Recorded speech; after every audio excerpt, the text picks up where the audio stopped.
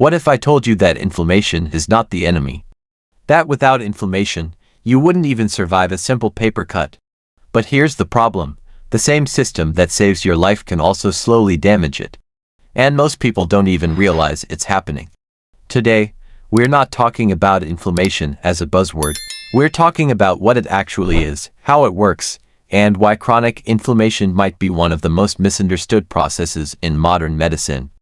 Inflammation is not a disease. It's a biological defense mechanism. When your body detects danger like an infection, an injury, toxins, or even cellular stress, your immune system activates an inflammatory response. This response has one primary goal: to protect, repair, and restore.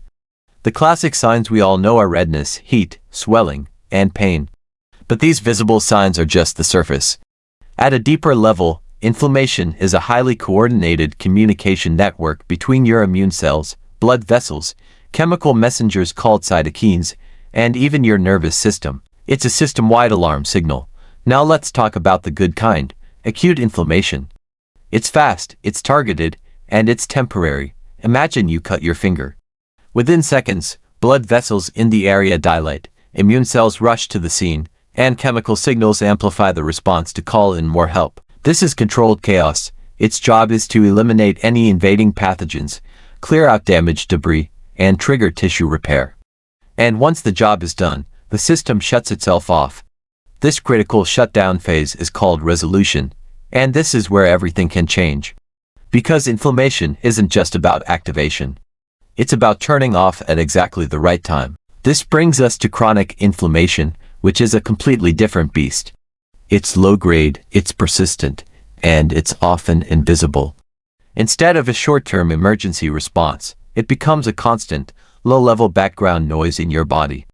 There might not be any fever or obvious swelling, but internally, the immune signaling continues. Those cytokines remain elevated, stress hormones fluctuate, and your metabolic pathways begin to shift. Over time, this persistent signaling starts to affect your blood vessels, brain function, insulin sensitivity, energy production, and even your mood regulation. This is precisely why chronic inflammation is associated with so many major health issues like cardiovascular disease, type 2 diabetes, autoimmune conditions, neurodegeneration, and even depression. It's not because inflammation directly causes these conditions, but because long-term immune activation fundamentally alters the balance of your entire system. Inflammation rarely exists in a vacuum. It forms complex feedback loops that can be hard to break. For example, chronic stress increases the hormone cortisol, which alters immune signaling and increases inflammation. That inflammation can then affect your sleep, which in turn increases your stress levels, and the cycle continues. Or consider this loop. Insulin resistance creates metabolic stress, which triggers the release of inflammatory cytokines. These cytokines then make your cells even less responsive to insulin, worsening the insulin resistance.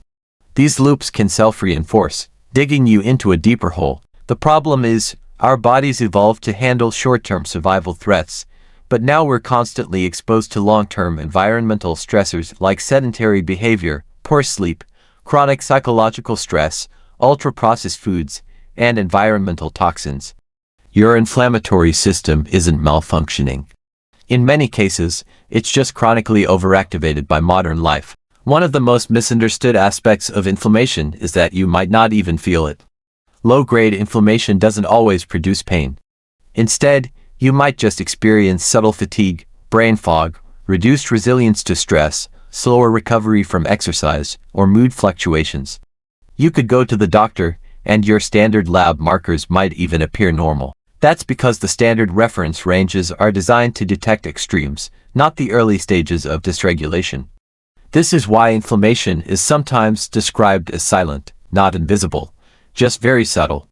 So, it's crucial to understand that inflammation is neither good nor bad. It's entirely context-dependent. Without it, your wounds wouldn't heal, infections would spread uncontrollably, and your cells wouldn't be able to repair themselves.